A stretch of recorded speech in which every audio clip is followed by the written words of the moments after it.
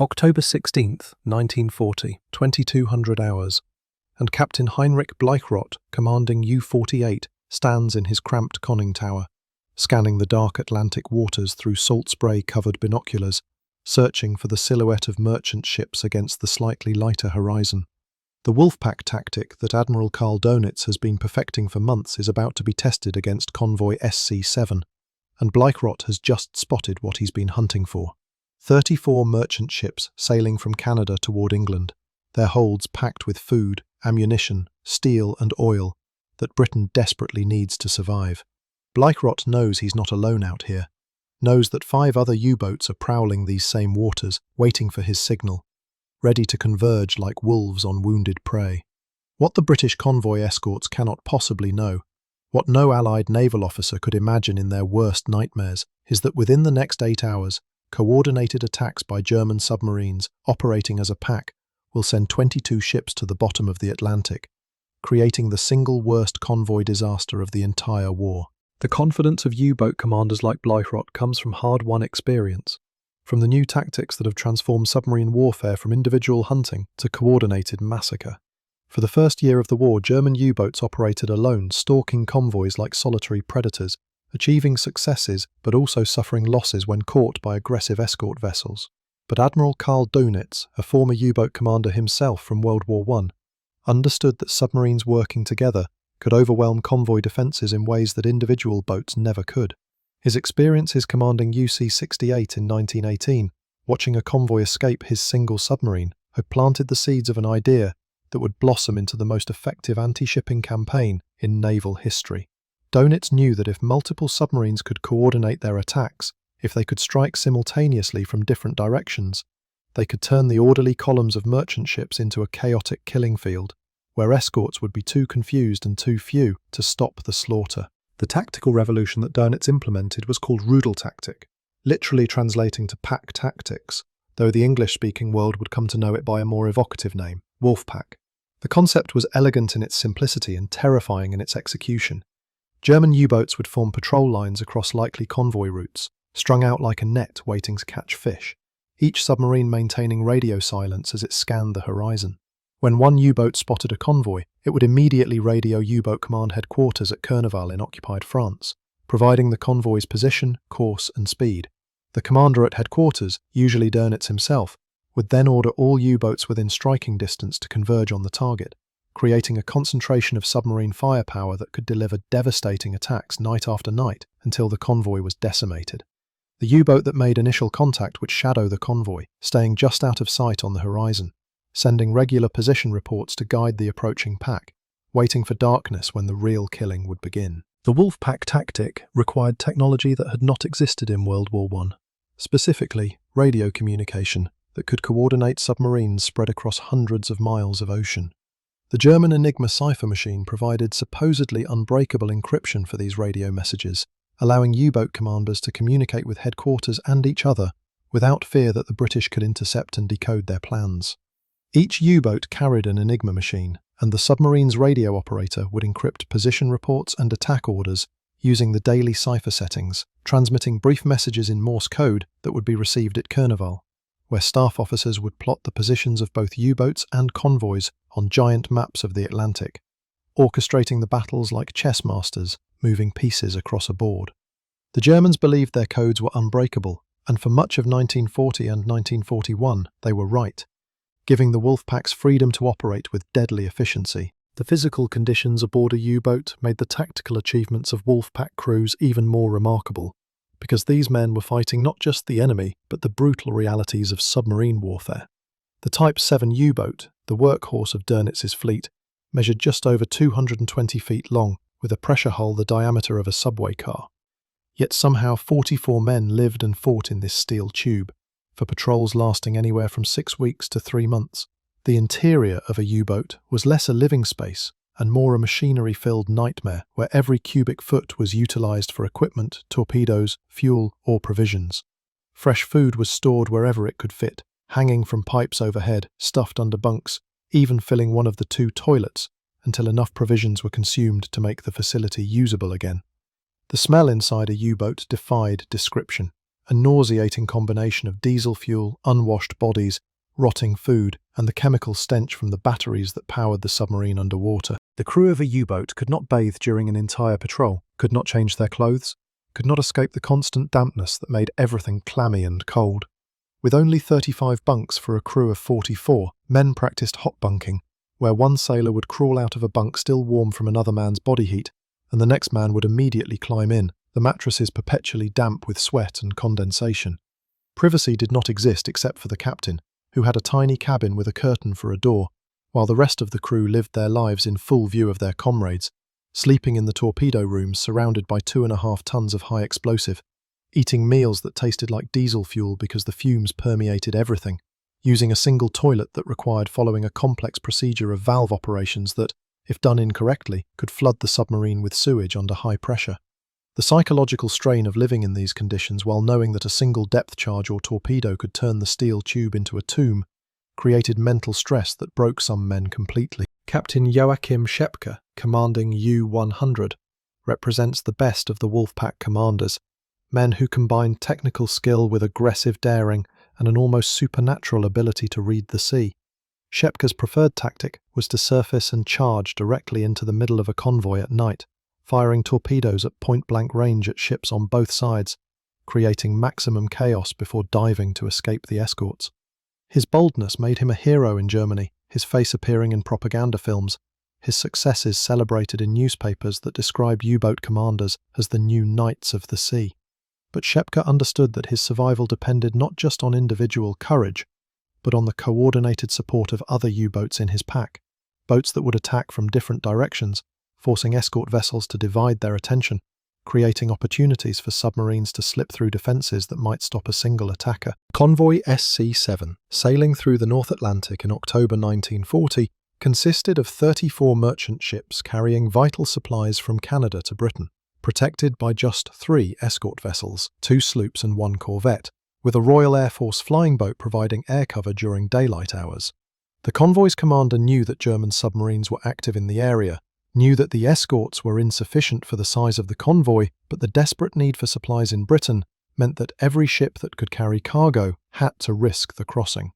The merchant ships sailed in 9 columns, each ship maintaining its position by watching the vessel ahead, the formation designed to keep ships close enough for mutual support, but far enough apart to reduce the risk of collision in darkness or fog. The escorts prowled the perimeter of the convoy, their sonar equipment searching for the telltale echoes of submarines underwater, their lookouts scanning for the white wake of a periscope cutting through the waves. What the escort commanders did not know was that U-48 had spotted the convoy that morning, that Bleichrodt had immediately radioed the sighting to U-boat command, and that Admiral Dönitz had ordered 5 more U-boats to converge on SC-7. U-46, U-100, U-101, U-123 and U-99 were racing toward the convoy's position, their diesel engines driving them across the surface at speeds faster than the slow merchant ships could achieve, their commanders studying charts and calculating intercept courses, their torpedo crews checking their weapons and arming the warheads. The Wolfpack was assembling, and the escorts had no idea they were about to face not 1 submarine, but 6, attacking in coordinated waves that would continue through the night until the convoy was scattered and broken. The first attack came shortly after dark on October 17th, when U-48 made her move, Bleichrodt approaching on the surface where his submarine's low profile made it nearly invisible against the dark water, closing to just over 1,000 yards before firing a spread of 3 torpedoes at the rear ships of the convoy. The escorts heard the explosions and raced toward the sound, dropping depth charges in the areas where they guessed the submarine might be. But Bleichrodt had already turned away and dove, escaping while the escorts were occupied. 2 ships were sinking, their crews abandoning ship in lifeboats, but this was just the beginning. While the escorts were chasing U-48's last known position, the other Wolfpack members were moving into attack positions, approaching from different quadrants of the convoy, coordinating by radio to ensure their attacks would come too fast and from too many directions for the escorts to respond effectively. Otto Kretschmer, commanding U-99 and already the highest-scoring U-boat ace in the Kriegsmarine, employed his signature tactic of penetrating directly into the center of the convoy formation, a move so audacious that most commanders considered it suicidal. But Kretschmer understood that the escorts expected submarines to attack from outside the convoy, that their sonar and lookouts were focused outward, and that a submarine inside the convoy columns would be hidden by the merchant ships themselves, able to fire at targets on both sides, at ranges so close that missing was almost impossible.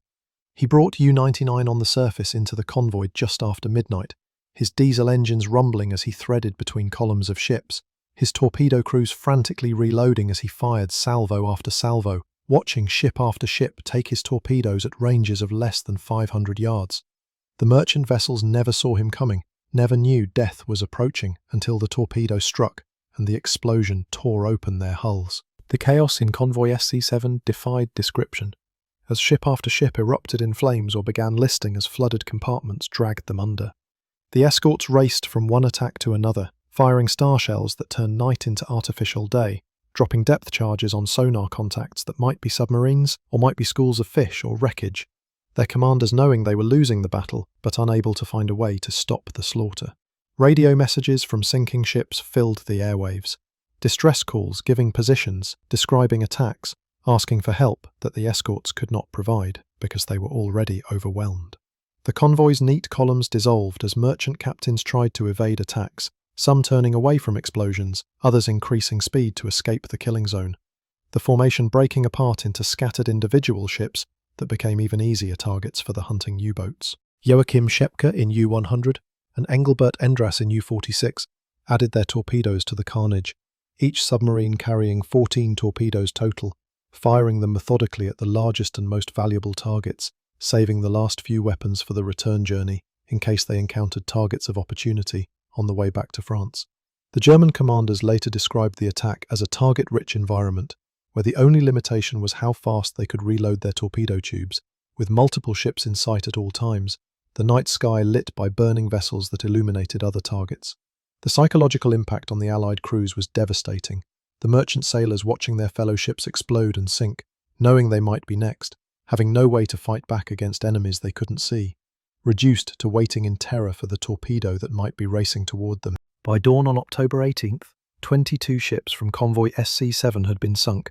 more than half the convoy destroyed in a single night of coordinated attacks. The remaining ships were scattered across miles of ocean, their crews exhausted and traumatized, the escorts low on depth charges and fuel. The Wolfpack commanders broke off the attack as daylight approached, knowing that Allied aircraft would be searching for them, submerging to safe depths to sleep and assess damage, already transmitting reports to Naval describing their successes.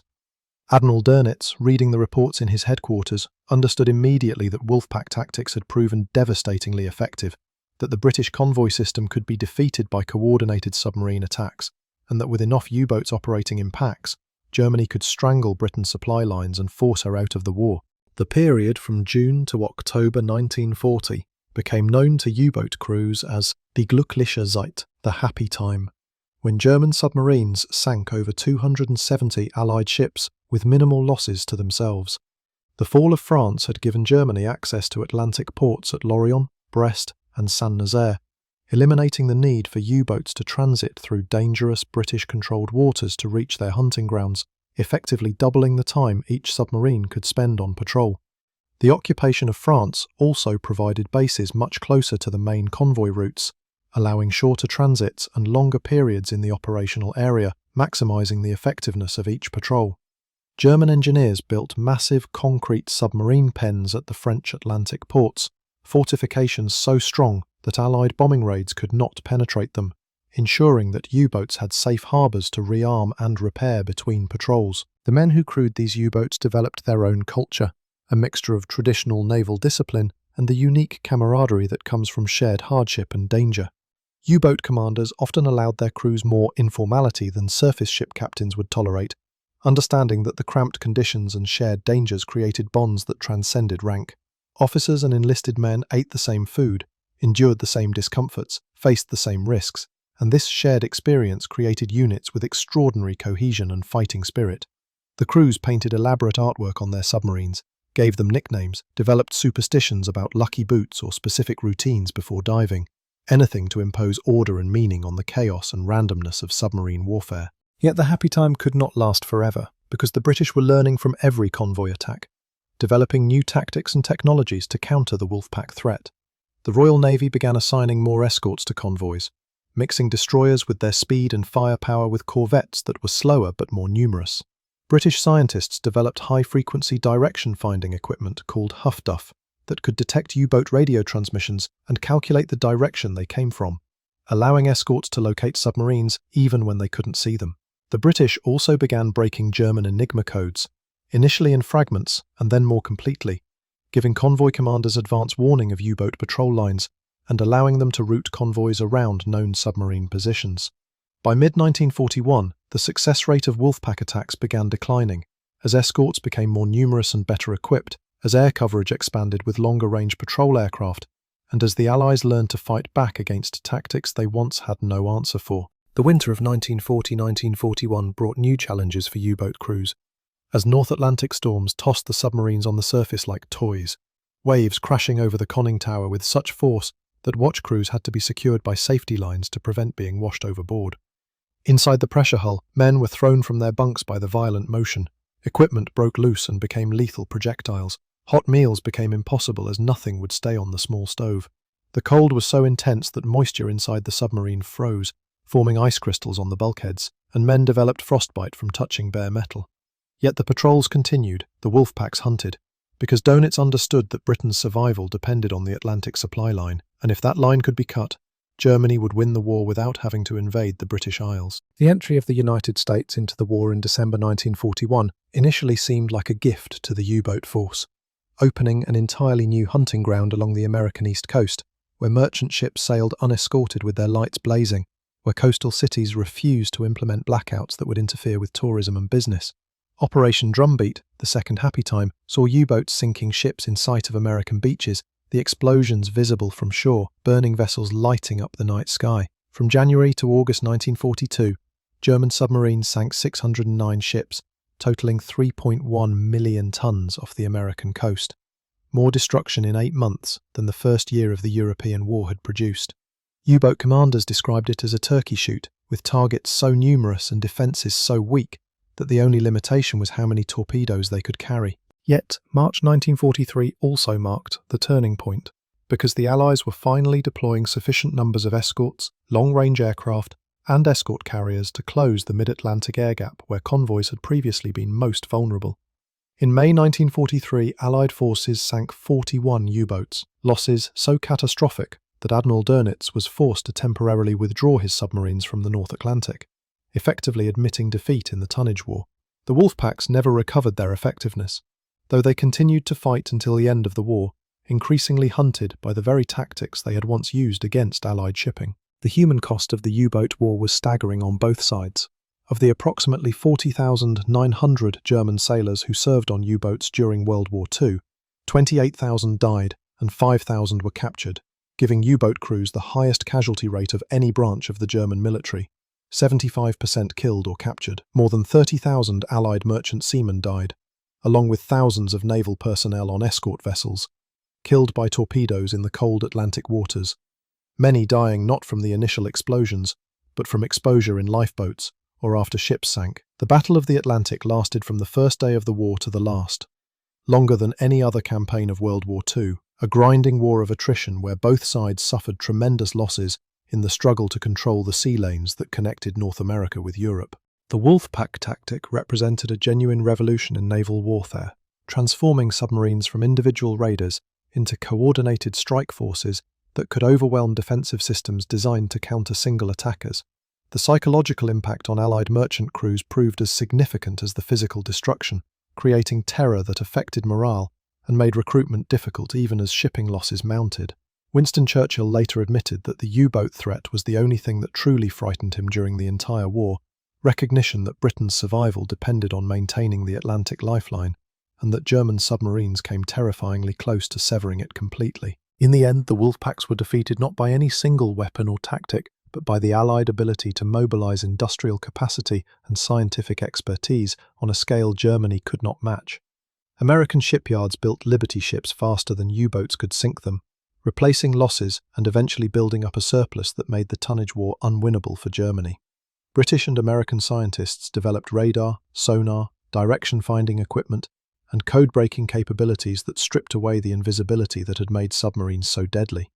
Allied air power expanded until no part of the Atlantic remained beyond the range of patrol aircraft, forcing U-boats to remain submerged where they were slow and nearly blind, unable to find convoys or coordinate attacks. The legacy of the Wolfpack tactic extends beyond World War II, influencing naval doctrine and submarine warfare throughout the Cold War and into the modern era.